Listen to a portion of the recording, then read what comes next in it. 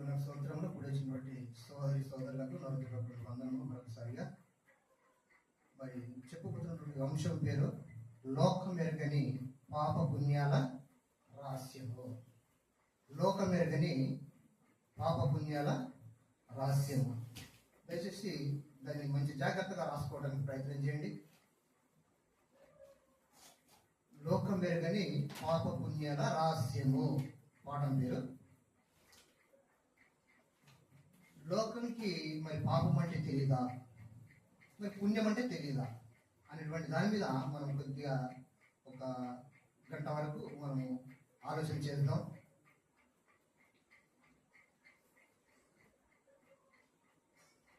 మొదటి పేతురు 2 పేతురు 2వ అధ్యాయం 4వ వచనంలో చదివినటువంటి భాగం ప్రకారంగా దేవదూతలు పాపం చేసినప్పుడు వారిని విడిచిపెట్టక అని అన్నాడు. లోకంలో పాపం అనగానే మేమైతే దేవుని నమ్ముకున్నాం కదా, నేనేం పాపం చేయట్లేదు, నేనేమి అబద్ధం ఆడట్లేదు అని మనకు తెలియకుండానే మనం మాట్లాడుతూ ఉంటాం. కానీ విషయం వస్తే మనము మరి దేవునికి దగ్గరగా ఉండటానికి ఏ ఆలోచనతో ఉన్నాం? అసలు పాపం అంటే అబద్ధం ఆడటం పాపమే. మనకు తెలియకుండానే కొన్ని బూత్ మాటలు కూడా అప్పుడప్పుడు అనేస్తాం. అంటే దొంగ అనటము, అరే నువ్వు చెడ్డబడివిరా, నువ్వు మంచోడివి కావురా అనేటువంటి మాట కూడా అది ఒక విధంగా చూసినట్టయితే అది పాపమే. ఎందుకంటే అది మన క్రైస్తవులకు తగనేటి కొమ్ముచ్చట. అయితే అక్కడ దేవుని యొక్క మాటను బట్టి మనం చూసినట్టయితే దేవదూతలు పాపము చేస్తే వారిని విడిచిపెట్టక కటిక చీకటిలోనికి పంపిస్తున్నట్టుగా మనం లేఖన భాగంలో మనం ఇప్పుడు చూసాం. మరి మనము ఆ యొక్క మాటను బట్టి మనము పాపం చేస్తే మనం దేవుడు విడిచిపెడతాడా? మన యొక్క హృదయానికి మనమే ప్రశ్న వేసుకోవాలి. ఎందుకనగా నేనేం తప్పు చేశాను,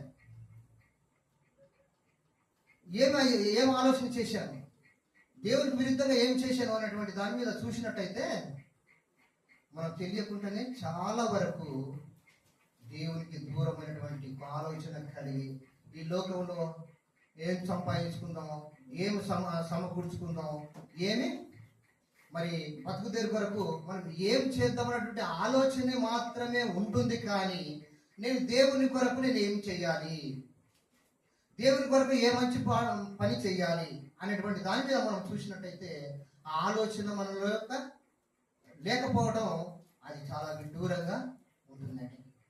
ఎందుకంటే ఆ యొక్క దూత మరి దేవదూతలు మన యొక్క తండ్రి యొక్క కుమారులమైనటువంటి ఆయన కలిగేసినటువంటి పిల్లలము. మనం పురుషులు కానీ స్త్రీలు కానీ పిల్లలు కానీ తన యొక్క పిల్లలమే. కాబట్టి తన పిల్లలకు సేవ చేయవలసినటువంటి సేవకులై ఉన్నటువంటి దేవదూతలు మరి ఏం చేశారంటే పాపం చేసినట్టుగా మనం చూస్తాం. పాపం అనగానే దేవదూత మరి ఏం పాపం చేసింది?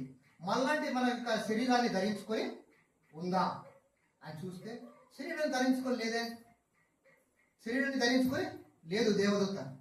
కానీ మనుషులు మాత్రం శరీరాన్ని ధరించుకొని ఉన్నాము.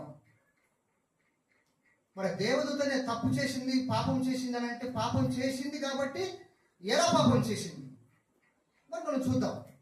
యాకోబు పత్రిక 1వ అధ్యాయము 15వ వచనం చదువుతాం. యాకోబు పత్రిక దురాశ గర్భమును ధరించి పాపమును కనగా పాపము పరిపక్వమై మరణమును కనును అన్నాడు. దురాశ అనగా ఇప్పుడు నేను ఇక్కడ ఉన్నాను. మనం ఒక విధానంగా చూసుకున్నట్టయితే ఈ కాలేజీకి ఈ జేబిఎస్ అనేటువంటి యొక్క మరి ఈ యొక్క స్థానానికి ఎవరున్నారు? ఇప్పుడు మన యొక్క సోదరుడు రాజుగారు ఉన్నారు. రాజుగారు ఉన్నారు కాబట్టి అతన్ని కాదని నేనే గొప్ప, నేనే అతనికంటే అనుభవం గల వ్యక్తిని, అతనికంటే నేను మంచి చెప్పగలటువంటి వ్యక్తిని అనేటువంటి ఆలోచనతో నీ ఉండి ఒకవేళ ఆ సీటునే కాజేయడానికి ఉంటే దురాశ చెందినట్టు. కాబట్టి అలాంటి ఆలోచన మన క్రైస్తవుల్లో ఉండకూడదు అనేటువంటి దాని మీద మరి దురాశ వలన గర్భం ధరించి పాపము కన్ను, ఆ పాపమే పరిపక్వమై మరణాన్ని కంటుంది. మరి ఆ మరణము కనగటానికి మనము అర్హులుగా ఉందామా, లేకపోతే దానికి వ్యతిరేకులుగా ఉందామా? అది ఆలోచన కలిగి మన యొక్క జీవితాన్ని మనమే ప్రశ్న వేసుకొని మరి మనము ఆ యొక్క ఆలోచనలో ఉందాం. ఎందుకంటే ఇప్పుడు దురాశ మనిషికి ఏదైనా కానీ, ఇప్పుడు ఈ చర్చి స్థలం ఉంది, ఈ స్థలాన్ని మరి అందరు కలిసి కొన్నారా, మరి ఎలా కొన్నారో నాకు మాత్రం తెలియదు. కానీ దీన్ని ఏం చెప్తున్నానంటే ఇది మన తప్పుడు ఆలోచన. స్టెఫెన్లో కానీ, బెంజమిన్లో కానీ, జాన్లో కానీ ఉండి ఇది నాదే, నేను దీన్ని రిజిస్ట్రేషన్ చేసుకుంటాను అని అంటే అప్పుడు ఏమైపోతుంది? దురాశ అవుతుంది. ఎందుకంటే ఇది అందరికీ సమాజంలో కూడుకొని దేవుణ్ణి ఆరాధించేటువంటి ఒక స్థలముగా ఏర్పడినటువంటి స్థలము కాబట్టి ఒక్కడే ఇది నాది, నా వల్లనే ఉండాలి, వీళ్ళు నేను చెప్పినట్టుగానే మెదలాలి, నేను చెప్పినట్టుగానే వినాలి అనేటువంటి ఒక ఆలోచన ఎప్పుడైతే మైండ్లో ఫిక్స్ అయి కూర్చుంటుందో అది దురాశ అవుతుంది. కాబట్టి ప్రియమైన సోదరులారా, మనం చెప్తున్నటువంటి మాట, వినబోతున్నటువంటి మాట ఏంటిది అంటే ఆ ఆశ మనలో ఉందా, లేకపోతే లేక మనం ఏం చేస్తున్నాం? ఇప్పుడు ఎవరిదన్నా మన పక్కన స్థలం ఉంది, ఆ స్థలాన్ని నువ్వు డబ్బులు పెట్టి కొనుక్కుంటే న్యాయపరమే. లేదు, దీనికి వారసుడు ఎవడు లేడే, వాడు మాట్లాడేవాడు ఎవడు లేడు కాబట్టి ఎవరు లేరు, ఆ స్థలం పక్క పొంట ఆయనకి అండగా అన్నదమ్ములు కానీ బంధుమిత్రులు కానీ సరి అయినటువంటి వారు లేరు కనుక ఇది నేను ఆక్రమించుకుంటే బాగుంటుంది అనేటువంటి ఆలోచన ఎప్పుడైతే వస్తుందో అది దురాశ అవుతుంది. అవునండి, అవునా కదా? ఎప్పుడైతే మనము ఆ యొక్క స్థలము మన పక్క పొంటనే ఒడ్డును కలిసి ఉంది, అది ఒక గుంట కావచ్చు, 2 గుంటలు కావచ్చు, అది ఎంతైనా సరే అది మనం ఆశపడినామంటే, ఆశ అనేది మనిషికి సాధ్యమే. ఆశ ఉండటము మంచిదే, కానీ దురాశ ఉండటం చాలా దేవునికి దూరమైనటువంటి వ్యక్తులుగా ఉన్నాం. ఆశ ఉండటం మంచిదే. ఎందుకు? దాన్ని మనం కొనుక్కుంటే డబ్బులు పోగు చేసి మనకు ఉండిపోతుంది, తర్వాత మన పిల్లలకు లేకపోతే మనకు ఉంటుంది అనేటువంటి ఆశపడటం మంచిదే. కానీ మరి దురాశ కలిగి దాన్ని లాక్కోవడం, వాళ్ళకి తెలియకుండానే మన పెంట రిజిస్ట్రేషన్ చేసుకుంటే అది ఏమైపోతుంది అంటే దురాశ అవుతుంది. దురాశ కలిగిన వాడు ఏమైపోతున్నాడు అంటే పాపాన్ని ఓడి కట్టుకున్నట్టుగా మనం చూస్తుంటాం. అందుకోసమని ప్రియమైన సోదరులారా, మనం ఏం చేస్తున్నాం అంటే మనకు తెలియకుండానే మనము పాపంలో పడిపోతున్నాం. మరి అలానాడు ఆ దేవదూతలను విడిచిపెట్టినటువంటి దేవుడు మరి మనల్ని విడిచిపెడతాడా? మరి అదే చూసినట్టయితే ఆదికాండము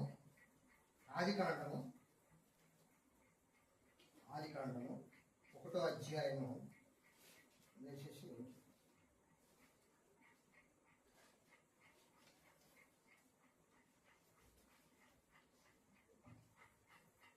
1వ అధ్యాయము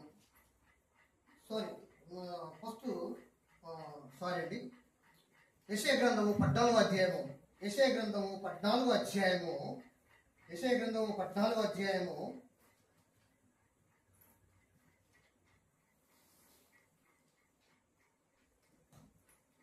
12వ వచనం నుంచి చదువుకుందాం. యెషయా గ్రంథము 14వ అధ్యాయము 12వ వచనం. తేజో నక్షత్రమా, వేకువ చుక్క, నువ్వెట్లు ఆకాశం నుండి పడితివి, జనములను పడగొట్టిన నీవు నేలమట్టం వరకు ఎట్లు నరకబడితివి అన్నాడు. అంటే దేవుడు అంటే దాని ఆశయం ఉంది, దేవుని సింహాసనాన్ని కాజేయడానికి దాని యొక్క ఆలోచన. ఎందుకంటే దేవదూత ఈ దేవదూతల్లో ప్రధానమైనటువంటి దేవదూత అంటే గాబ్రియల్ దేవదూత కదండి. మొదటి దేవదూత గాబ్రియల్ దేవదూతని. దాంట్లో వచ్చినటువంటి యొక్క ఆలోచన ఏమొచ్చింది అంటే,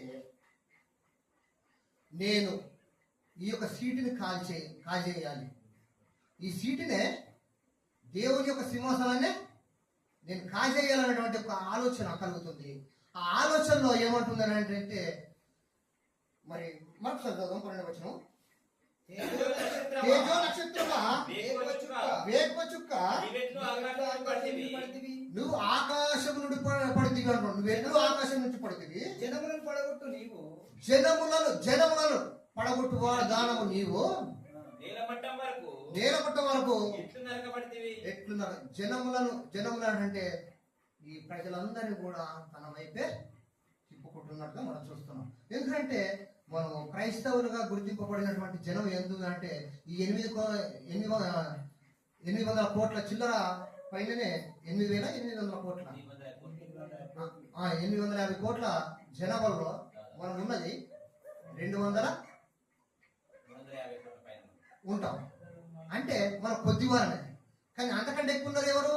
ముస్లిమ్స్ కానీ హిందువులు కానీ, వాళ్ళు ఎక్కువ ఉన్నారు. అంటే ఆ జనములను పడగొట్టుదాన్ని ఏమంటున్నాడు అక్కడ? జనములను పడగొట్టుదానా అంటున్నాడు. జనములను పడగొట్టిన నీవు నరకబడితివి. అదే 13వ వచనం. నేను ఆకాశములకు ఎక్కిపోయేదను, దేవుని నక్షత్రములకు పైగా నా సింహాసనమును హెచ్చింతును. దేవుని నక్షత్రములకు పైగా నా సింహాసనమును హెచ్చింతును. ఉత్తర దిక్కునున్న సభా పర్వతం మీద నేను కూర్చుందును, మేఘమండలం మీద నేను ఎక్కుదును,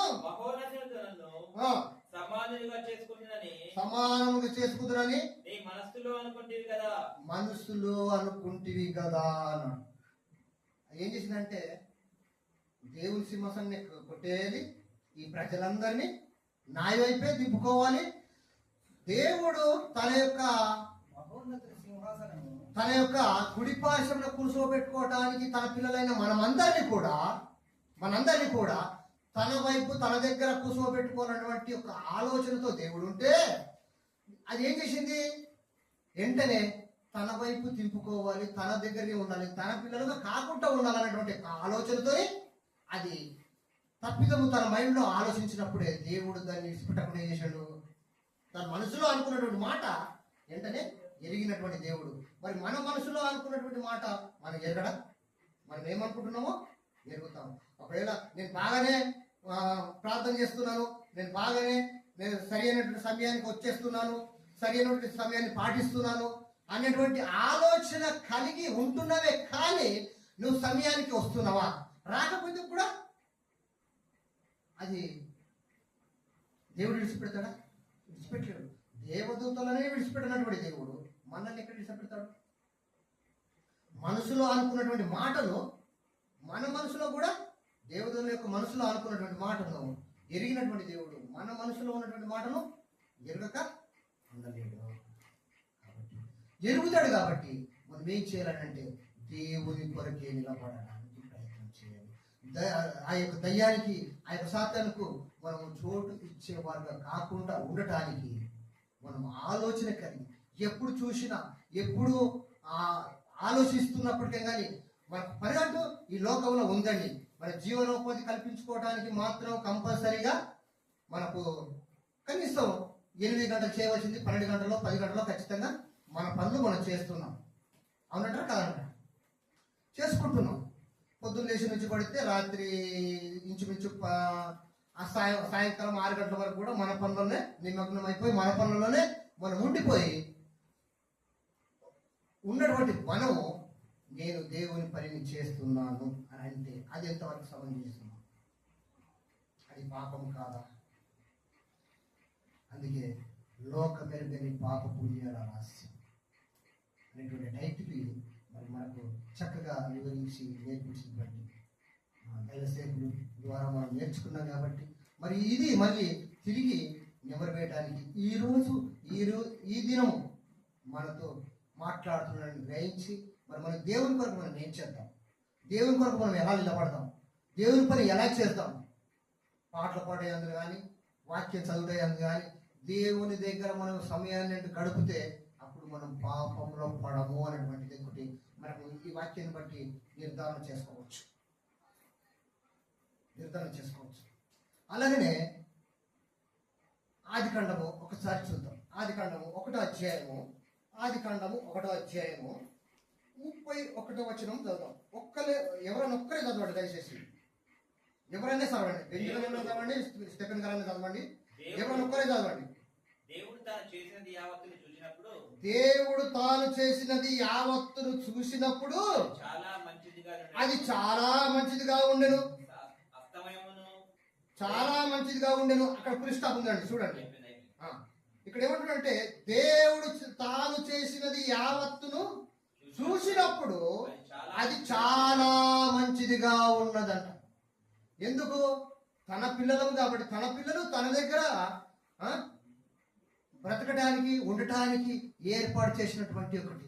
ఎలా ఉందంటే ఇక్కడ దేవుడు తాను చేసిన యావత్తు అన్నాడు. యావత్తు అనగా ఈ భూప్రపంచం అంతా కూడా తన నోటి మాట ద్వారా కలిగినది అని మనం గ్రహిస్తున్నాము, ఉంటున్నాము, వింటున్నాము. కానీ దాని నుంచి వచ్చినటువంటి మంచిది అన్నాడు. మంచిది ఏది ఉన్నది? ప్రతిది కూడా మంచిదే, ఒకటి కూడా చెడ్డది లేదు. చెడ్డది అక్కడ లేదు అన్నట్టుగానే కనపడుతుంది మనకు ఆ మాటను బట్టి చూసినట్టయితే. ఏమన్నంటే దేవుడు తాను చేసినది యావత్తును చూసినప్పుడు అది చాలా మంచిదిగా ఉండెను అన్నాడు. ఆయన అనుకున్నాడు, చేశాడు. నా పిల్లలు తింటారు, బ్రతుకుతారు, వారి కొరకు నేను ఈ జీవరాశులను, మరి పండ్ల తోటలను ప్రతిదీ కూడా వాళ్ళకి చేసి పెడతాను అన్నటువంటి దాని మీద దేవుడు ఆలోచించి చాలా మంచిదిగా ఆలోచించాడు, మంచిదిగా చేసి పెట్టాడు. ఆ మంచిదిగా ఉన్నటువంటి దాంట్లో మనం ఎలా ఉన్నామనంటే సాతాను బంధకములో ఉన్నామేమో.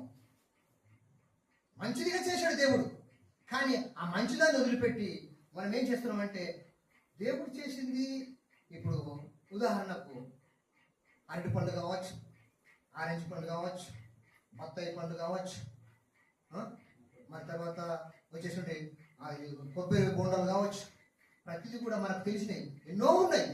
కాకపోతే అవిటిని కలగజేసినటువంటి దేవుడు ఈ భూమిని సేద్యపరుచుకొని బ్రతుకు నాన్న అని చెప్పేసి పెట్టి మన ముందట ఈ యొక్క భూమి యావత్తును అంతటిని కూడా తయారు చేసి పెట్టాడు. పెట్టిన తర్వాత మనం ఏం చేస్తున్నాం అంటే ఇంకా మనకేమో సరిపోలేదేమో, ఇంకా మనకేమో సరిపడతలేదేమో అనేటువంటి ఆశ. ఆ ఆశ కాకుండా దురాశతోనే ఇంకా నాకు కావాలి, ఇంకా నాకు కావాలి అంటే విశ్వాసం ఎక్కడుంది? విశ్వాసాన్ని కోల్పోతున్నాం. ఎలా కోల్పోతున్నాం అంటే దేవుడు పెట్టి మన కోసం భూమి మీద ఉంచాడు, చాలా మంచిదిగా ఎన్నుకున్నాడు.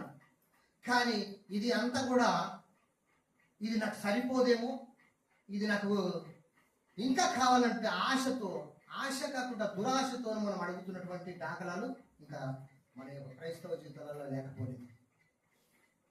ఒక విధంగా చూసినట్టయితే ఒకప్పుడు 1985 నుంచి 98 వరకు నేను ఈ గ్రంథాన్ని పరిశీలన చేయకముందు ఆ 98 వరకు పాస్టర్ గారు లేబడి ఏది చెప్తే గదే కరెక్ట్ అనుకొని నీకు ఆశీర్వాదాలు వస్తాయి, నీకు పిల్లలు పుడతారు, నీకు పెళ్ళిళ్ళు అవుతాయి, ఆ తర్వాత వాళ్ళకు ఉద్యోగాలు వస్తాయి, చదివిస్తావు, చదివించిన తర్వాత ఉద్యోగాలు వస్తాయి అనేటువంటి భ్రమలోనే మనం ఉండిపోయినటువంటి దాఖలా మనకు ఉంది. ఇప్పుడు బైబిల్ యూనివర్సిటీలో మనం చేరి, ఆ యూనివర్సిటీలో చేరి సత్యాన్ని ఉన్నట్టుగా విని గ్రహించి నేర్చుకొని ఇప్పుడు ఇది బ్రతుకు అది కాదు. అసలైన బ్రతుకు ఏంటంటే వాక్యాన్ని నెమరువేసి, వాక్యాన్ని చదివి, వాక్యాన్ని ముందు పెట్టుకొని దేవుని కొరకు నేను ఏమి చేయాలి అనేటువంటి ఆలోచనతో మనం ఉంటే ఇదంతా కూడా మనకు సమంజసంగా మనకు జరిగిపోతూ ఉంటుందండి. కాబట్టి ప్రియమైనటువంటి సోదరులారా, విషయం ఏంటంటే చాలా మంచిదిగా చేశాడు. మనం అడుగుతున్నది ఏంటంటే ఇంకా నాకు సాలదన్నట్టుగానే మన జీవితాలను ఈ లోకం వైపే చూస్తున్నామే తప్ప మనము బ్రతికినంత కాలం మరి దేవుని కొరకు కొంచెమైనా బ్రతకాలి, దేవుని కొరకు నిలబడాలి, దేవుని కొరకే నడిచి మరి అనేక ఆత్మలను పట్టుకోవాలన్నటువంటి ఆలోచనతో ఉంటున్నామా ఉండలేమన్నటువంటి మనకి ఆత్మవిమర్శనలో ఒక ప్రశ్న వేసుకుంటే ఒకవేళ అది దేవునికి ఇష్టమైందా, మన యొక్క ఆత్మ మనకు విమర్శగా మనకు చెప్తుంది, ఎందుకంటే నేను సరైన పని నేను చెయ్యట్లేదు. అంటే మానవుడు మొట్టమొదటిగా దేవుడు సృష్టించినటువంటి యొక్క పద్ధతి మనకు తెలిసిందే, తెలియదు కాదు.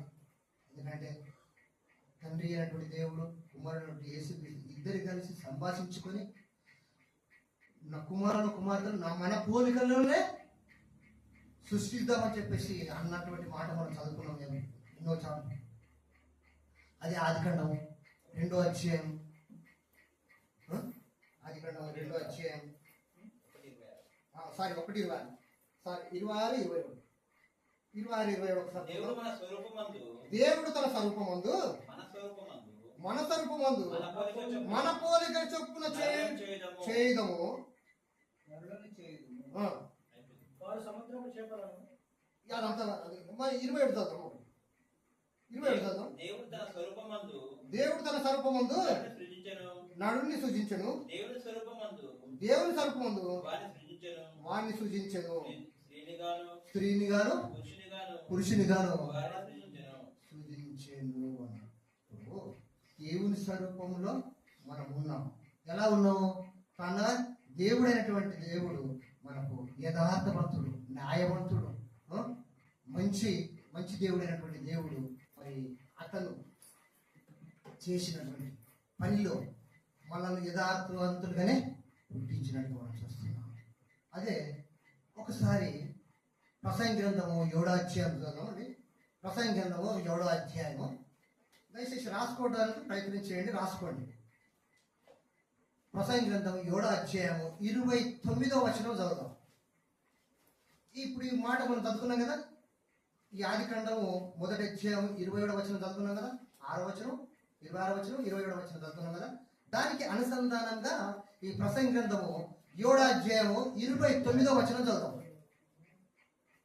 29 ఇది ఒకటి మాత్రము నేను కనుగొంటిని, ఏమనగా దేవుడు నరులను యథార్థవంతులుగా సృజించెను.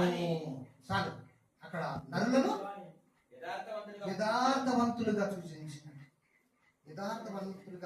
సృజించెను అని చెప్పేసి మనకు ఇక్కడ తేట తెల్లని అవుతుంది. ఎందుకంటే భక్తుడైనటువంటి సొలొమోను రాజు గారు మరి ఆయన మంచి జ్ఞాని కాబట్టి అతని మంచి ఈ ప్రసంగి గ్రంథకర్తగా రాసి మనల్ని గుర్తుగా చేస్తున్నాడు. ఏమంటున్నాడు ఇక్కడ? మరొకసారి చదువు. ఇది ఒకటి మాత్రం నేను కనుగొంటిని, ఏమనగా దేవుడు నరులను యథార్థవంతులుగా చేసి ఉన్నాడు. యథార్థవంతులుగా ఉన్నటువంటి వారిలో మరి ఇప్పుడు ఎలా వచ్చింది ఆలోచన? దురాశ వచ్చింది. యథార్థవంతులమే దేవుడు సృష్టించింది ఎవరిని? మనలను, మనందరినీ, ఈ లోకంలో ఉన్న ప్రజలందరినీ కూడా సృష్టించిన తర్వాత నా పిల్లలు నా పోలిక చొప్పున ఉండాలి, నేను చెప్తున్నటువంటి పాటలోనే నడవాలి అనేటువంటి దేవుని యొక్క ఆలోచన, కుమారుడైన యేసుక్రీస్తు యొక్క ఆలోచన ఉంటే మనం ఏం చేస్తున్నాం? ఇప్పుడు దేవుని యొక్క మాటను ధిక్కరించి మన ఇష్టానుసారంగా నడుస్తున్నట్టుగా మనము ఇక్కడ ఆదికాండం 1వ అధ్యాయం 31 ఆదికాండము ఒకసారి ఆదికాండం పోదాం. ఆదికాండము 3వ అధ్యాయము ఆదికాండం 3వ అధ్యాయం ఆదికాండం 3వ అధ్యాయం చదువుదాం. 4వ వచనం చూసి అనుకుందాం. అందుకు సర్పము మీరు చావనే చావరు ఏలైనగా మీరు వాటిని తినుదినమున మీ కన్నులు తెరవబడును, మీరు మంచి చెడ్డలను ఎరిగిన వారై దేవతల వలె ఉందురనియు దేవునికి తెలియనని స్త్రీతో చెప్పగా అక్కడ ఆపండి. ఏమంటాడు ఇక్కడ? అందుకు సర్పము మీరు చావనే చావరు. అని అన్న తర్వాత ఏలైనగా మీరు వాటిని తిను దినమున మీ కన్నులు తెరవబడిననియు మీరు మంచి చెడులను ఎరిగిన వారై దేవతల వలె ఉందురనియు దేవునికి తెలియను ఏంటంటే దేవుడికి తెలిసిన సంగతి మరి ఇప్పుడు ఉంది. సాతాను దయ్యం అది ఎక్కడ ఉంటుందని చాలా మంది ఏమనుకుంటారు అంటే కథలుగా పుట్టించి కథల రూపంగా సెట్ చేసి ఏం చేశారని అంటే ఇది మాకు అక్కడ చెరుకట్ట మీద కనపడ్డది, అక్కడ సమాధుల్లో కనపడ్డది, ఈ చెట్టు మీద ఎక్కింది, మన చెట్టు కింద ఉన్నది, అగ్గి పోసుకుంటూ ఎంట్రికలు విరిపోసుకొని కనపడ్డది అని చెప్తున్నటువంటి వాడు ఎవడు చెప్తున్నాడు అంటే అది చెప్పిస్తున్నది ఎవరు? ఈ సాతానే. ఈ సాతాను మనుషుల్లో దూరబడి చెప్పిస్తుంది తప్ప దయ్యము అనేటువంటిది ఎప్పటికీ ఏ మానవుడికి కూడా కనపడదు. కనపడని దేవుడే మనకు కనపడకుండానే ఉన్నాడని మనం నమ్మినాము. ఆ దేవునికి ఎంత భాగంగా ఉందో ఈ సాతాను కూడా అంతే భాగంగా అది ఆలోచన కలిగి ఉన్నది. ఎందుకంటే దాని ఆత్మ దాని ఇష్టమైన జాగలో దూరగలుగుతుంది. ఎలా దూరుతుంది చదవండి ఇక్కడ. ఇప్పుడు మనం ఎద్దదో 6వ వచనం చదువు. స్త్రీ ఆ వృక్షము యొక్క ఆహారమునకు మంచిదియు కన్నులకు అందమై ఉన్నదియు వివేకమిచ్చు రమ్యమైన యుండుట చూసినప్పుడు ఆమె దాని పొలంలో కొన్ని తీసుకొని తిని తనతో పాటు తన భర్తకు ఇచ్చెను అన్నాడు. చాలు, తన భర్తతో కూడా తనకి ఇచ్చెను అన్నది. ఏంటంటే మనం ఎక్కడ లొంగిపోతున్నామని ఈ మాటకు పోతే మనకేంటంటే ఆదాముతో పోరాటం చేసింది. ఇక్కడ ఏదేని తోటలో ఆదమవలు మరి దేవునితో చల్లపూటగా మాట్లాడుతూ గ్రహిస్తూ ఉంటూ దేవుడు చెప్పినట్టుగా వింటూ నడుస్తున్నటువంటి సమయంలో చాలా సంభాషణగా జరుగుతున్నటువంటి సమయంలో మెల్లగా ఎక్కడ పట్టుకున్నాడంటే ఆదామును పట్టుకోవడానికి ప్రయత్నం చేసింది. కానీ ఆదాము దొంగలేదు. కానీ అవ్వమ్మను పట్టుకుంది. ఎందుకు? అందుకే అవ్వమ్మను బలహీనమైన ఘటము అని చెప్పేసి మనం ఒక గ్రంథంలో చూసుకుంటాం. ఎందుకంటే స్త్రీ బలహీనమైన ఘటమనగా ఊటికుండ. ఆ ఊటికుండ ఎందుకంటే ఇట్లా ఇడిచి పెడితేనే పడిపోతుంది, పగిలిపోతుంది. అదే ఘనమైనది ఉంటే అది పగులదు. అవును కదా? అయితే ఈ ఘనమైనటువంటి ఘటముగా మరి ఇది ఎందుకు ఈ స్త్రీని అలా ఉంచునంటే అది గుర్తు చేసుకుంది ఏంటంటే ఎక్కడ పట్టుకుంటే బాగుంటుంది? ఆదాముని పట్టుకుంటే వాడు వినట్లేదు కాబట్టి ఇప్పుడు అవ్వలోకి దూరదామని చెప్పేసి అవ్వలోకి దూరి ఇది నిజమా, ఈ పండు తినద్దని దేవుడు చెప్పినా ఎంత చక్కగా సంభాషణ చేస్తుంది చూడండి. ఆత్మరూపిగానే మన శరీరంలో మరి నీ శరీరంలో నా శరీరంలో అందరి శరీరంలో కూడా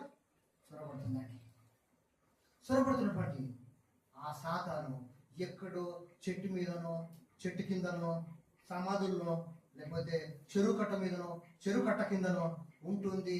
ఆ నీళ్లను చూపెడుతూ మరి ఏదో అగ్ని పోసుకొని ఉన్నది అని నేను చూశాను రా అని చెప్పేసి మాయ మాటలు చెప్తున్నటువంటి వాడు తెలియదు కల్పనకర్తలుగా చెప్పి మనుషులను మభ్యపెట్టి ఆ యొక్క వైపు తిప్పుకునేటట్టుగా భయపెట్టించేటువంటి తత్వాన్ని తీసుకొచ్చి పెడుతున్నది అని అంటే ఆ సాతానుకు అలాంటి ఒక ఆలోచన ఉంటుంది. కాబట్టి ఆ రీతిలో మనం పడిపోకుండా ఉండటానికి అక్కడ ఏమంటారంటే చూడు చావనే చావరు అన్నాడు. ఎందుకంటే కొన్ని పనులు తిని తన భర్తకు తీసుకొచ్చింది. అప్పటికే కొన్ని తిని భర్తకు తీసుకొచ్చింది. చూడు భర్తను ఏమో మోసం చేస్తున్నది. చూడు నేను తిన్నాను నేను చావలేదే.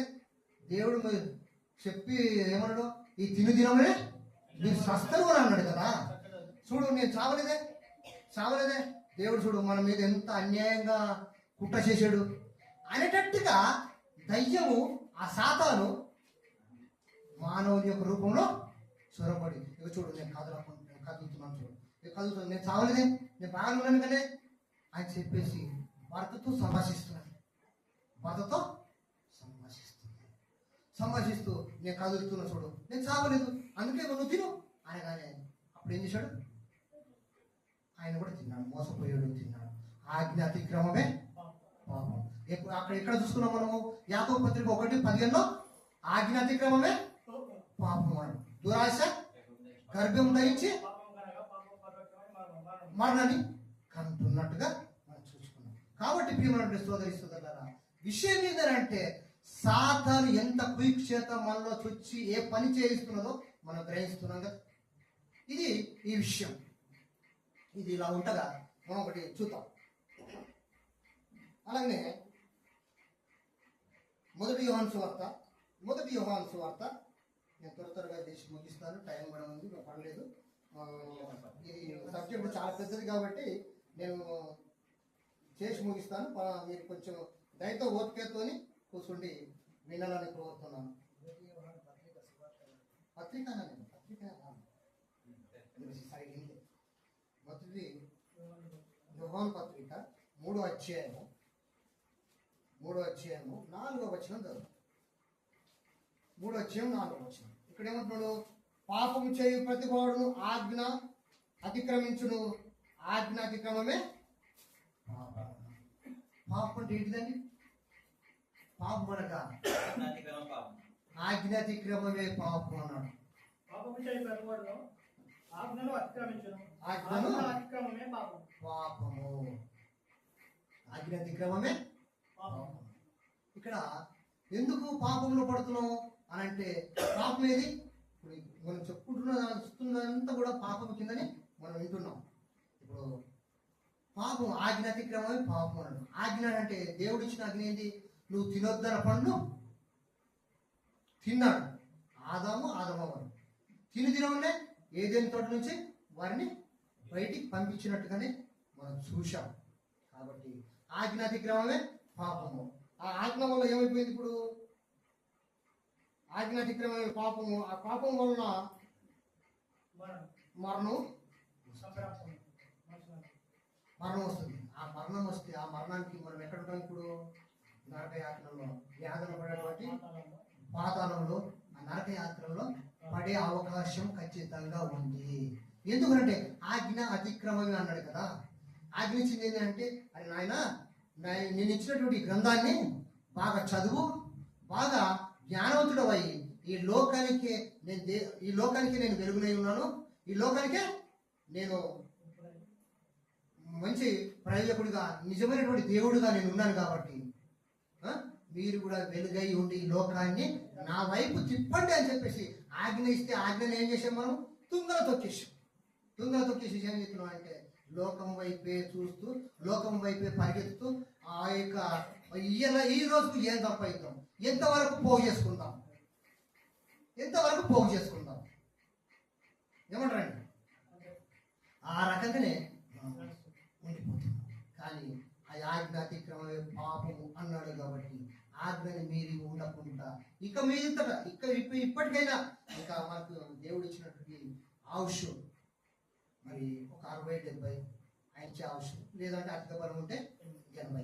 ఆ 80 సంవత్సరాలు అయిపోయే లోపు మనకి ఇప్పుడు ఈ శ్వాస, ఈ క్షణమే ఇప్పుడు వింటున్నటువంటి ఈ మాటను బట్టి మనం బయటికి వెళ్తే ఏం జరుగుతుందో మనకు తెలియదు. కనుక దేవుని కొరకే నిలబడి, దేవుని కొరకే బ్రతికి, దేవుని మాటలు ఉన్నట్టుగా చెబుతూ, నేర్పిస్తూ అనేకులకు మాదిరికరంగా దేవుడు ఈ లోకానికి వెలుగై ఉన్నాడు. కనుక మనం కూడా వెలుగు సంబంధులుగా ఉండి లోకాన్ని జయించే వరకు ఉండటానికి ప్రయత్నం చేస్తాం.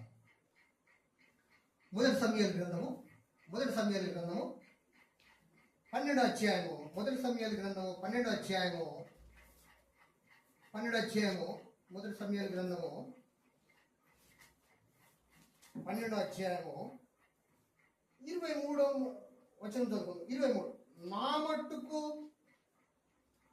నా మట్టుకు నేను మీ నిమిత్తము ప్రార్థన చేయుట మానుట వలన యెహోవాకు విరోధంగా పాపం చేసిన వాడనవద్దును అన్నాడు. అక్కడ ఫుల్ స్టాప్ ఉంది. ఒకసారి చదవండి.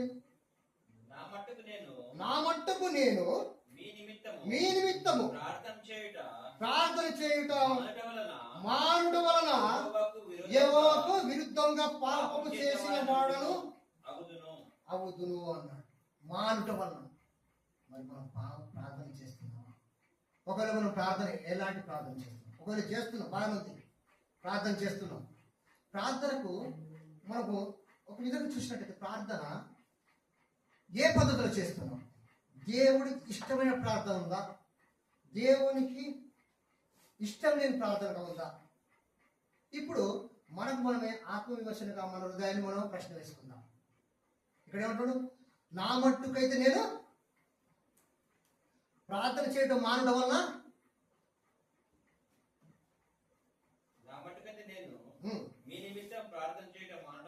మానడం వలన యెహోవాకు విరుద్ధమైంది. యెహోవాకు దాని తండ్రి అయిన దేవునికి విరుద్ధుని అవుతుంది అంటున్నాడు. విరోధి అక్కడ మానడం వలన. అంటే ఇప్పుడు కొందరు ఏం చేస్తారంటే ప్రార్థన మానటం వలన పాపం చేసిన వారం అనేటువంటి మాట మనం స్పష్టంగా ఇక్కడ చదువుకున్నాం. మాంతిని పాపము అని అన్నట్టే మరి ప్రార్థన చేస్తున్నాం. ఎలా చేస్తున్నాం? తండ్రికి ప్రార్థన చేయాలంటే కుమారుడైనటువంటి యేసుక్రీస్తు నామములోనే మనం ముగించాలి కదండి.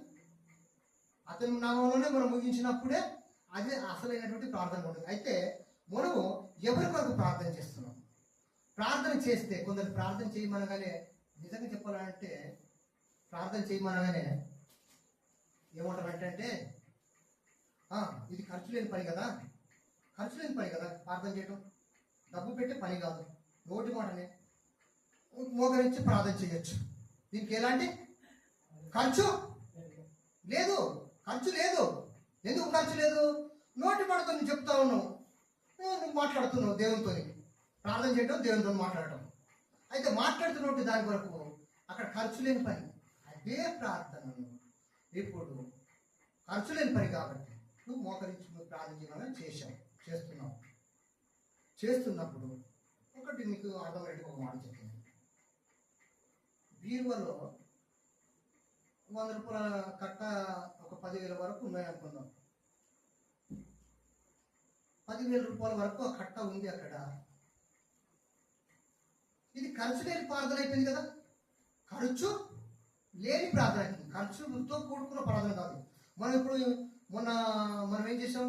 10వ తారీఖు, 11వ తారీఖు, 12వ తారీఖు ఈ 3 రోజుల మీటింగ్లో మరి ఆ ఖర్చు ఎంత అయింది అని అంటే స్టెఫెన్ గారిని, బెంజమిన్ గారిని అడిగితే చెప్పగలుగుతాడు. అవునండి. అంటే కార్యక్రమం చేయాలంటే ఏం కావాలి? డబ్బు అవసరం. డబ్బు కావాలి. డబ్బు మనం పెడితే కానీ ఆ కార్యక్రమం సక్సెస్ కాదు. దానికి కావాల్సింది డబ్బు పెట్టాలి. డబ్బు పెడితేనే నలుగురికి మాట ఆ కార్యక్రమం చేయడం వల్ల నలుగురు వస్తున్నారు, విన్నారు, పోయారు. దానికి ప్రతిఫలం పొందినట్టుగా ఎవరున్నారు? ఇప్పుడు బెంజమిన్ గారి కుటుంబం ఉన్నారు, స్టెఫెన్ గారి కుటుంబం ఉన్నారు. అందులో సహకారులుగా ఉన్నటువంటి ఈ కమలాపూర్ సంఘస్థులు కూడా అందరు కూడా ఉన్నారు అన్న. అయితే అది ఖర్చుతో కూడినటువంటి పని కాబట్టి దాన్ని ఉంది. ఇది ఖర్చు లేని పని. ఏది? ప్రార్థన చేసేది. ఈ ఖర్చు లేనటువంటి ప్రార్థన ఏమవుతుందంటే మోకరించి ప్రార్థన చేస్తున్నావు. ఒకవేళ నువ్వు ప్రార్థించినప్పుడెల్లా అందులోకి వెళ్ళే తాపు ఒక 100 రూపాయల నోటు, నువ్వు మోకరించినప్పుడెల్లా ఒక 100 రూపాయల నోటు మాయమైపోయింది అనుకో. 100 రూపాయల నోటు మాయమైపోయింది అనుకో. అప్పుడు నువ్వు ప్రార్థన చేస్తావా? అప్పుడు నువ్వు ప్రార్థన చేస్తావా? అప్పుడు నువ్వు ప్రార్థన చేస్తావా? మాంతావా? ప్రార్థన చేస్తావా? అది మీకే వదిలిపెడుతున్నా. మీతో కూడా నేను కూడా వేసుకోవాలి ప్రశ్న. మీ కొరకే నిలబడి చెప్తున్నంత మాత్రాన నేను నాకు బాగా తెలుసు అని అనుకుంటే అది కరెక్ట్ కాదు. జాగ్రత్తగా ఈ మాట. ప్రార్థన మోకరించినప్పుడు ఒక 100 రూపాయల నోటు మాయమైపోయింది అనుకో, నువ్వు ప్రార్థన మానుతావా? చేస్తావా? మానేస్తాం కదా. అప్పుడు ఏమవుతావు? అప్పుడు పాపి. దేవుని దృష్టిలో పాపం అయిపోయినావా?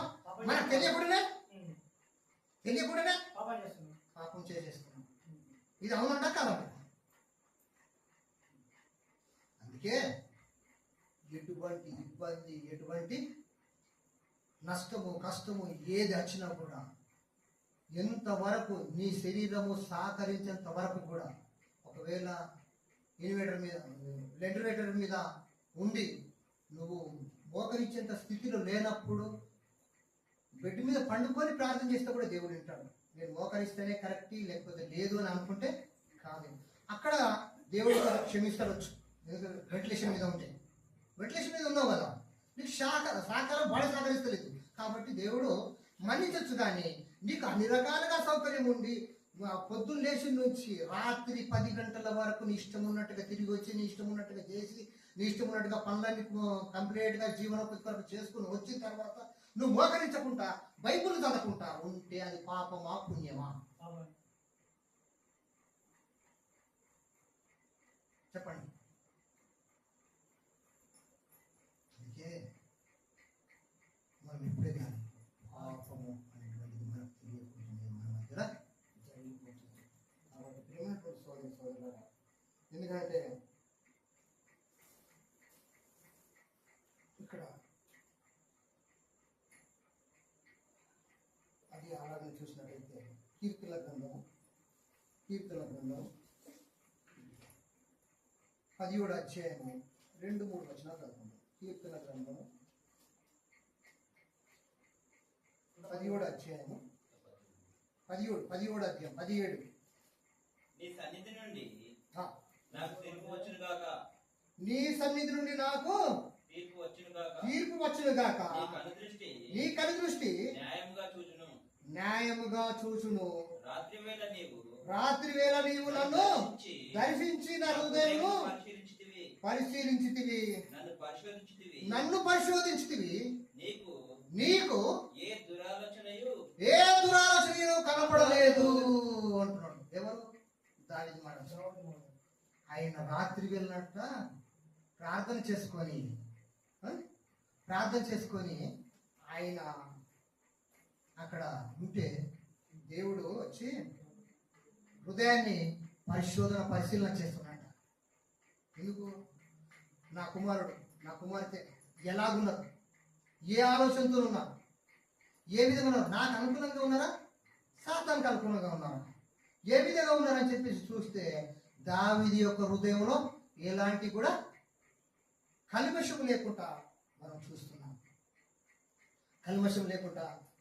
ఎందుకనంటే మరి అదే మన హృదయాన్ని పరిశీలించుకుంటే, ఒకవేళ మనం ఏం చేస్తున్నామంటే దినమెల్లా మనం పండుకుంటే, ఒకవేళ నేను దేవుడి కొరకు ఏ కార్యం చేయాలి, దేవుడి కొరకు నేను ఏ పని చేయాలి అనే తలంపుతో పండుకుంటే ఆ తలంపుకు తగ్గట్టుగా ఆలోచన వస్తుంది. లేదు నేను అంటే మనం మైండ్లో ఇప్పుడు నీకు ఏంటంటే ఈరోజు బ్యాంకులో నేను ఎంత లోన్లు ఇవ్వట్టాలి, నేనేం చేయాలి, ఎలాగైతే బాగుంటుంది అన్న ఆలోచనతో పండుకుంటే ఆ ఆలోచన అంతా కూడా నీకు నిద్రలో నెమ్మది వేస్తూ ఉంటావు. పండుకుంటావు కానీ నువ్వు తెలియకుండానే మాట్లాడతావు. అరే అక్కడ కరెంటు చాలు పెట్టొచ్చిన అది బంద్ చేయలేదు, చాలు పెట్టొచ్చిన బంద్ చేయలేదు అంటే తెలివి ఉన్నటువంటి పిల్లలు నాకేంది ఇలా సాతాలు పట్టుకున్నదా, లేకపోతే నిజంగానే మాట్లాడుతుందా అంటే దేవుడు రాత్రి వేళ మనం పండుకున్నప్పుడట ఏం చేస్తాడట, మన హృదయాన్ని పరిశీలిస్తాడట. ఎలా ఉన్నాడు నా బిడ్డ, నా కూతురు ఎలా ఉంది, ఏ ఆలోచనతో ఉన్నది. బ్యాంకుకు ఒక మాట సందర్భం, మనకు లోన్ కావాలంటే ఎంబటే వస్తుందండి. దానికి కావాల్సిన డాక్యుమెంట్ ఏదంటే పట్టా పాస్బుక్లు కావాలి, ఆధార్ కార్డు కావాలి, తర్వాత పాన్ కార్డు కావాలి, తర్వాత వచ్చేసి ఇంకేంటి ఇప్పుడు ఇవన్నీ కూడా ఇచ్చి కూడా డాక్యుమెంటేషన్ మనకి ఇది ఒక కొద్దిగా ఉన్నట్టు. ఏదనంటే నువ్వు ఇంతకుముందు లోన్ తీసుకున్నా సరిగ్గా కట్టలేవు కాబట్టి నీకు లోన్ ఇవ్వడం అనేది నాకు కొంత అదే తెలియదు అని అన్నప్పుడు బ్యాగ్ చుట్టూ తిరగడానికి ఎన్ని రోజులు తిరుగుతాం? ఆ లోన్ వచ్చేంత వరకు తిరుగుతాం. చెప్పులు సమయము ఆ సమయం అని లేకుండా తిరుగుతూనే ఉంటాం. లోన్ వచ్చేంత వరకు చెప్పుల జోడు ఆగిపోతుంది. రెండో చెప్పుల జోడు కూడా కొనుక్కోవాల్సిన పరిస్థితి కూడా వస్తుంది. అయితే ఆ బ్యాంక్ మేనేజర్ ఏం చేస్తాడంటే, నీకు ఈ లోకంలో బతకటానికి నీకు డబ్బు అవసరమై ఉంది. ఆ డబ్బు కోసం బ్యాంకు చుట్టూ తిరిగితే ఇంచుమించు 1వ తారీఖు మొదలుకొని 31వ తారీఖు వరకు ఆ 31 రోజులు తిరిగితేనే కానీ వాడు లోన్ పాస్ చేయడు. అంటే వాడికి కావాల్సిన ఏంటి? డాక్యుమెంట్ ఏది కరెక్ట్ ఉంది, ఏది కరెక్ట్ లేదు, ఇది ఎవరి పేరు మీద ఉంది, ఎవరి పేరు మీద లేదు, ఇది వాళ్ళ తండ్రి నుంచి వచ్చిందా లీగల్ డాక్యుమెంట్, మరి ఎవరి ద్వారా వచ్చింది, ఇది సొంతంగా కొన్నాడా, లేకపోతే కొన్న దాని నుంచి కఠిన నుంచి వచ్చిందా లేదా అనేది దాన్ని చూసిన తర్వాతనే వాడు పాస్ చేస్తాడు. ఆ పాస్ చేస్తున్నటువంటి దాన్ని అప్పుడు అన్ని కరెక్ట్ ఉంటేనే కానీ అప్పుడు నీకు లోన్ పాస్ అవుతుంది. అయితే మనం ఏం చేయాలి? ఇప్పుడు ప్రార్థన మానటం వల్ల పాపం అన్నాం. మరి ఇదంతా కూడా జరుగుతున్నటువంటి విషయానికి వచ్చేసరికి అంటే మరి ఏది అక్కడ మరి లోకాన్ని సాధించాలనేది, పరలోకాన్ని సాధించాలంటే ఏం చేయాలి? మన దగ్గర ఉన్నటువంటి డాక్యుమెంట్ ఏం కావాలి? ప్రార్థన కావాలి, మొట్టమొదటిగా బాప్తిసం కావాలి. బాప్తిసానికి అర్హుడై ఉండాలి. బాప్తిసం తీసుకుని నువ్వు అర్హుడుగా ఉండాలి. తర్వాత ప్రార్థన పరుడుగా ఉండాలి, వాక్యం చదువుటలో ఉండాలి. మళ్ళీ తర్వాత సత్య సంబంధమైన కార్యక్రమాలు చేపట్టాలి. మంచి మంచి కార్యాలు చేపట్టి అన్ని చేసి నడవాలి. ఆ నడిచినప్పుడే కదా మనకు ఆ యొక్క స్థానాన్ని పొందుకోగలుగుతున్నాం. అవునా కదా? అది లేకపోతే మనకు ఇక్కడికి వస్తుంది. ఆ రాజ్యం దొరకాలంటే మనం ఇక్కడ ఉన్నటువంటి కార్యక్రమాలు సరి అయినటువంటి పద్ధతిలో చేసినప్పుడే మన యొక్క కనీసం పరలోక రాజ్యానికి వెళ్ళకపోయినా నెమ్మది పొందే స్థలం దగ్గర ఆ యొక్క పరదేశంలో మనము అబ్రాహం దగ్గర యొక్క కుటుంబంలో ఉండగలుగుతాము. ఉండాలంటే మనం ఏం చేయాలి? మన హృదయాన్ని, అందుకే దేవుడు దావీదులో పరిశీలించినటువంటి దేవుడు మన హృదయాన్ని పరిశీలించలేడా? అనుకున్నప్పుడు పరిశీలిస్తాడు. అది తప్పనిసరి. నా బిడ్డ దేని కొరకు ఉన్నాడు, ఎలా నిలబడుతున్నాడు, ఎలా పోతున్నాడు, ఏంటి అని.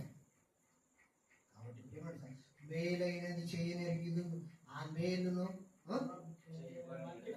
చేయని ఎడల శ్రమ అన్నాడు కదా. మనం యాకోబు పత్రిక 4:17 చదువుకున్నాం కదా అన్నమాట. అయితే మేలైనది చేయని అంటే ఏ మేలు? ఇతరులకు వాక్యాన్ని పంచిపెట్టాలి, చెప్పాలి, నిలబెట్టాలి, తీసుకొచ్చి సంఘంలో నిలబెట్టాలి, చేర్చాలి. అప్పుడే మనకు ప్రతిఫలం దేవుని దగ్గర దొరుకుతుంది. అంటే మరొక మాట మనం చూసుకుందాం. యెషయా గ్రంథము 64:6 వచనం. యెషయా గ్రంథము 64:6 వచనం. 64:6 వచనం చదువుకుందాం. యెషయా గ్రంథము 64వ అధ్యాయము 6వ వచనం చదువుకుందాం. ఇక్కడ ఏమంటున్నాము? యెహోవా నీవే మాకు, అక్కడ మేమందరము అపవిత్రమై ఉన్నాడు వైతిమి, మా నీతి క్రియలన్నీ మురికి గుడ్డల వంటి వాయము. మేమందరము ఆకువలే వాడిపోతివి అన్నాడు. ఇక్కడ ఏమంటుంటే భక్తుడు అనేటువంటి యెషయా గ్రంథకర్త భక్తులు అని ఏం చెప్తున్నారు? వాళ్ళు చేసిన ఏంటంటే ఎట్లున్నాయంట? వాళ్ళు చేసినటువంటి మేళ్ళు మురికి గుడ్డల వంటి వాయను అని చెప్పేసి దేవుని దగ్గర మొరపెడుతున్నారు, పశ్చాత్తాపడుతున్నారు. మరి మనం ఏ రకంగా పశ్చాత్తాపడుతున్నాం? మురికి గుడ్డలు అన్నాడు. మురికి ఏది? మరొకసారి చదువు. మేమందరము అపవిత్రుల వంటి వారమైతిమి, మా నీతి క్రియలన్నీ మురికి గుడ్డల వంటి వాయను అన్నాడు. మా నీతి క్రియలు అంటే వారు చేసినటువంటి క్రియలన్నీ కూడా ఇజ్రాయెల్ ప్రజలను నడిపిస్తున్నటువంటి కాలంలో అని చేశారంటే, ఈ భక్తులు అప్పటికి అక్కడ ఉన్నారు కదా, అని చేశారంటే నీతి క్రియలు ఎన్నో చేశారు, ఎన్నో మంచి పనులు చేసి ఆయన నిలబడినటువంటి అప్పటికీ మేము ఇంకా మా యొక్క నీతి యావత్ అంతా కూడా మురికి లెక్కనే ఉండిపోతుంది, మమ్మల్ని కాపాడు అన్నటువంటి ఒక మాట మీద నిలబడటం మనం ఇక్కడ చూస్తున్నాం. మరి మనము ఇక నీతి క్రియలు అనగా దేవుని యొక్క వాక్యాన్ని పంచిపెట్టడమే. ఒకవేళ తల్లి మీకు చదువు రాదేమో, అక్కడైతే చదువు రావచ్చు. చదువు రాని వాళ్ళు ఏం చేస్తారంటే మనం విన్నదాన్ని మన హృదయలో భద్రపరచుకొని కొద్దిగా నీ పక్క పొంటి వారికి, నీ ఎదురింటి వారికి, నీ ఇంటి వెనుక వారికి, నువ్వు పనిచేస్తున్న దగ్గర నీతో ఉన్నటువంటి సహోదరుడితో మాటలు, దేవుని మాటలు ఎప్పుడైతే మనం మాట్లాడుతామో అప్పుడు నీతిని అనుసరించి నడిచినట్టుగా లెక్కలో ఉంటుంది. కాబట్టి మురికి గుడ్డలు ఆయన అన్నాడు. ఏమేంటంటే ఈ లోకంలో సంపదనంతా కూడా పుణ్యకార్యం అన్నాడు. ఈ పుణ్యకార్యం కింద కానీ నీతి క్రియలు అంటే పుణ్యకార్యం. ఏ నీతి క్రియలు అనుకుంటున్నాను? ఇప్పుడు ఏం చేస్తారంటే బట్టలు పంచడం పుణ్యకార్యమే, నీళ్ళు లేని వారికి నీళ్ళు ఇవ్వడం పుణ్యకార్యమే. ఇప్పుడు వేసవి కాలంలో మనం ఏం చేస్తాం? చలివేంద్రం పెడతాం. అక్కడ నీళ్లు పెడతారు. కొందరైతే మామూలుగా నేను ఇంకా దీనికంటే మంచిది చేయాలనుకున్నప్పుడు మజ్జిగలు ఏర్పాటు చేస్తారు. అవన్నీ చేసి పంచుతున్నటువంటి దాని ఏమంటే పుణ్యకార్యము. ఆ పుణ్యకార్యము ఏదైతే ఉందో ఇది బట్టలు పంచడము పుణ్యమే, మంచిదే. నీళ్ళు లేని వారికి నీళ్ళు ఇవ్వడం మంచిదే. ఆహారం లేని వారికి ఆహారం ఇవ్వడం చాలా మంచిదే. అది ఒక పుణ్యకార్యమే. ఈ పుణ్యకార్యాలకు అన్నిటికంటే అసలైన పుణ్యకార్యం ఏంటిదో ఇప్పుడు మనం చూద్దాం.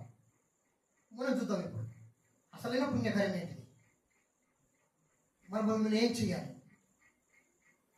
ఆ బట్టలు పంచితే మాకు పరలోకం వచ్చేస్తుంది అనేటువంటి క్రైస్తవులు కొంతమంది కోపంగా ఉన్నారు. మేము మా చర్చిలో బీదలైనటువంటి వారికి బట్టలు పంచాం, బీదలైనటువంటి ఆహారము మాకు నెలకొకసారి మేము ఒప్పందం చేసుకున్నాము, మా బతికినంత కాలం ఆహారం పెడతాము అని చెప్పేసి అనుకుని అదే పుణ్యకార్యం అని అనుకొని ఆ రకంగానే ఉండిపోయినటువంటి చర్చిలలో కొంతమందిని నేను తిరుగుతున్నా కాబట్టి నాకు తెలుసు. అదే ఆ రకం కోవల్లే ఉన్నారు. కానీ అసలైనటువంటి పుణ్యకార్యం ఏంటిదో ఇప్పుడు మనం చూద్దాం. ఎందుకంటే బట్టలు పంచడం మంచిది కాదని నేను అనట్లేదు, ఆహారం లేని వారికి ఆహారం పంచడం మంచిది కాదు అని నేను అనట్లేదు. అది మంచి కార్యమే, నీ శాతనేది నువ్వు చేసావు. ఇంకా దానికంటే మేలైనది ఏది అని అంటే ఇప్పుడు చూద్దాం. రోమపత్రిక, రోమీలకు రాసినటువంటి పత్రిక 10వ అధ్యాయం, రోమ 10 1-2 వచనాల నుంచి 3వ వచనం వరకు చదువుతున్నాం. 10వ అధ్యాయంలో, సహోదరులారా ఇజ్రాయేలు రక్షణ పొందవాలని నా హృదయాభిలాషను వారి విషయమై నేను దేవునికి చేయి ప్రార్థనైనను ఉన్నది. వారు దేవుని యందు ఆసక్తి గలవారని వారిని గురించి సాక్ష్యం ఇచ్చుచున్నాను. అయినను వారి ఆసక్తి జ్ఞానానుసారమైనది కాదు. వారి ఆసక్తి అట జ్ఞానానుసారమైనది కాదు. 3వ వచనం, ఏలైనగా వారు దేవుని నీతిని నెరగని తన స్వనీతిని స్థాపించు. దేవుని నీతిని పక్కన పెట్టి స్వనీతి అనగా ఏదంటే స్వనీతి అనగా తమ స్వనీతిని స్థాపింపగోరుకొని దేవుని నీతికి లోబడలేదు.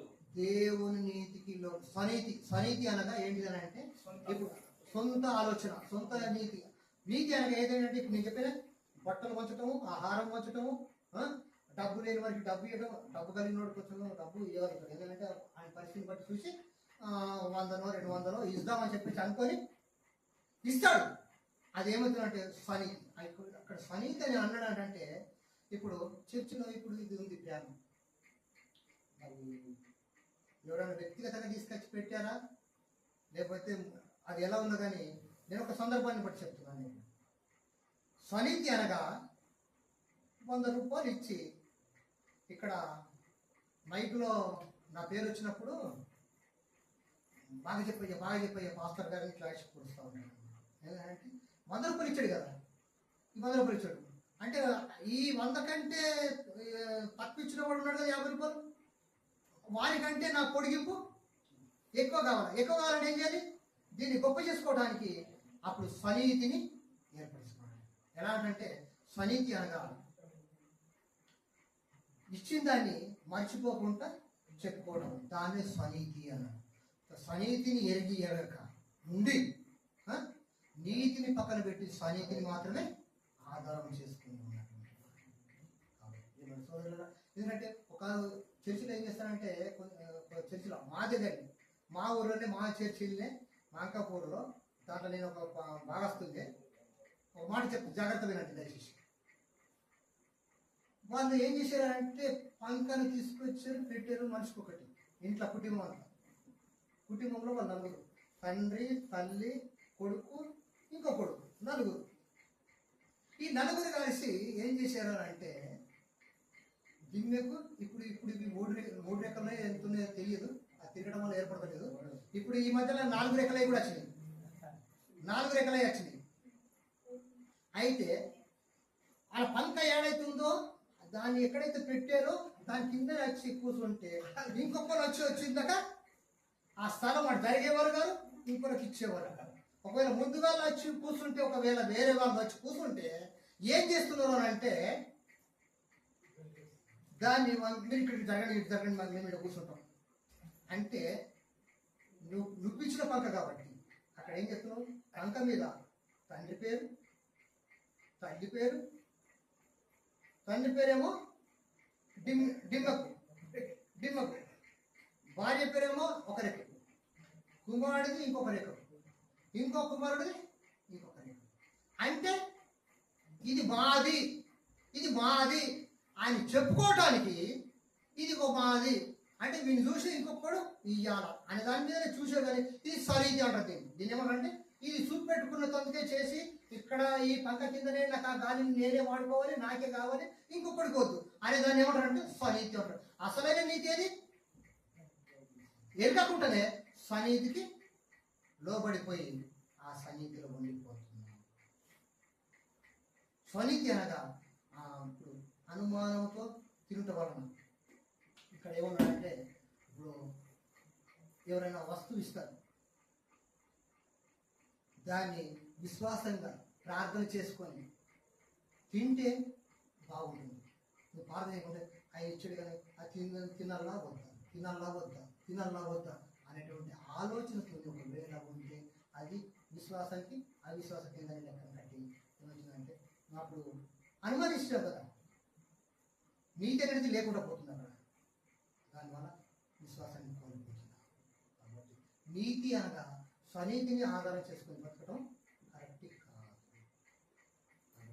సోదరులారా, ఈ అసలైన నీతి ఏది అని అంటే 5వ అధ్యాయము, అదే రోమపత్రిక 5వ అధ్యాయము, అదే 5వ అధ్యాయం 17-18 వచనం చదువుకున్నాం. 5వ అధ్యాయము 17-18, 5వ అధ్యాయము చివరిగా లాస్ట్గా 5వ అధ్యాయము 17వ వచనము 18వ వచనం చదువుకున్నాం.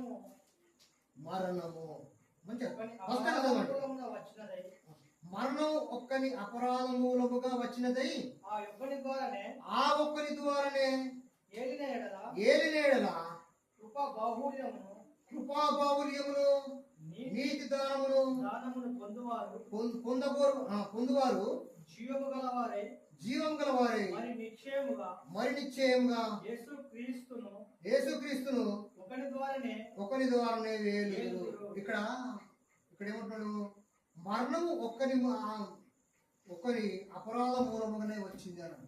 అపరాధ మూలం అంటే ఆ మరణం ఎలా వచ్చిందంటే ఆదాము ద్వారా వచ్చింది మనకు. మరణం ఆజ్ఞాతిక్రమమే పాపం కదా, మనం ఇంత ముందుగా చదువుతున్నాం.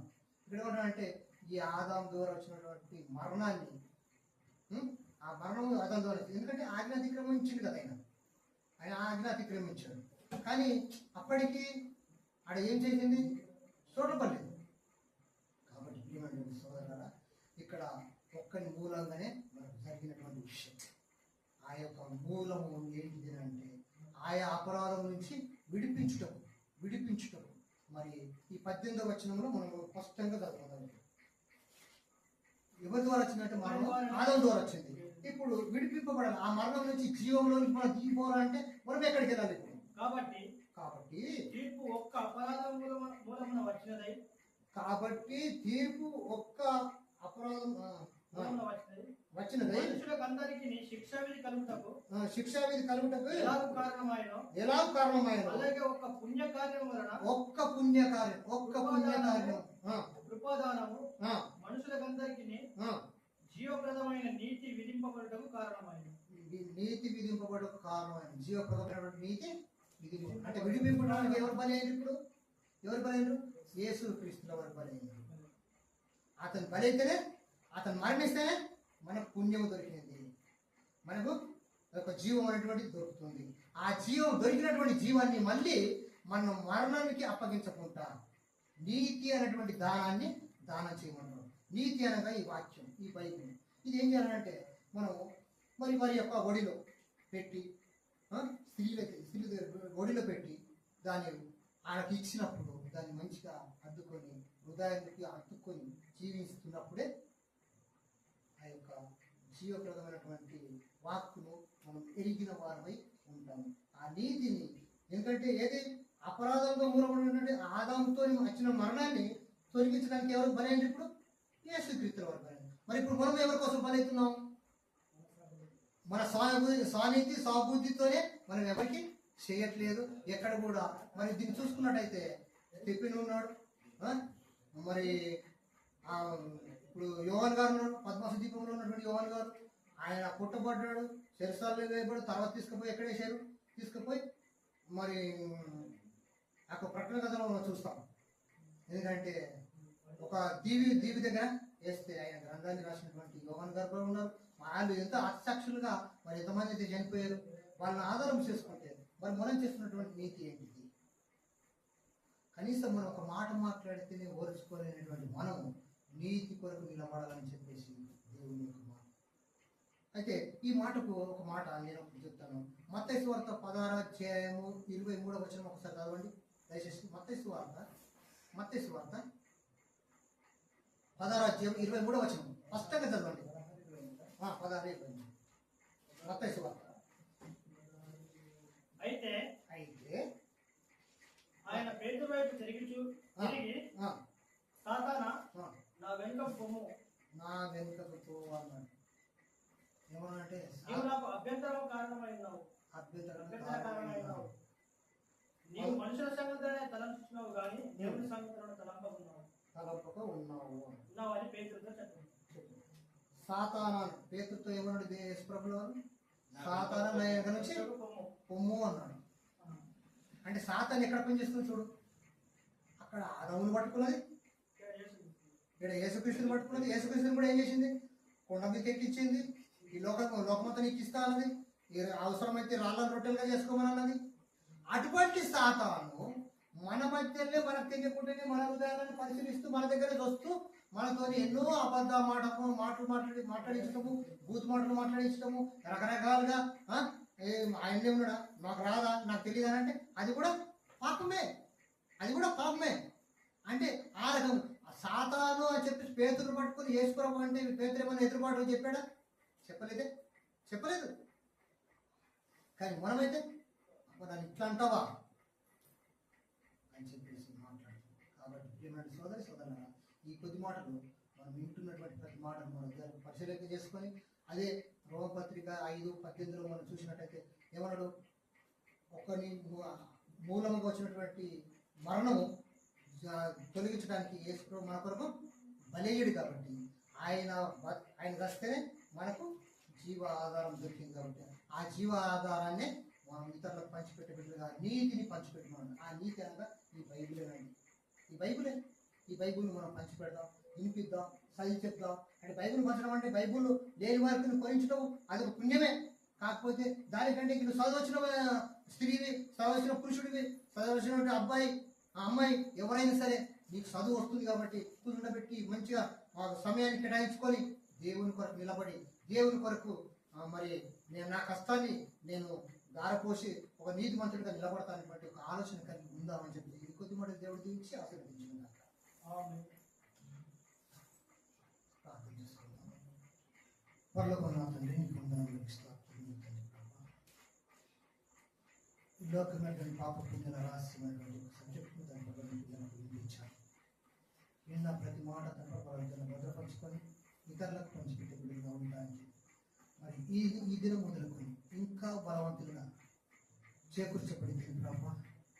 నీవు ఉన్నటువంటి లోకానికి చేరడానికి ఈ బిడ్డలకు వారితో పాటు నాకు దయచేసి మీరే మైలు పొందమని ఏ ఇస్తున్నామని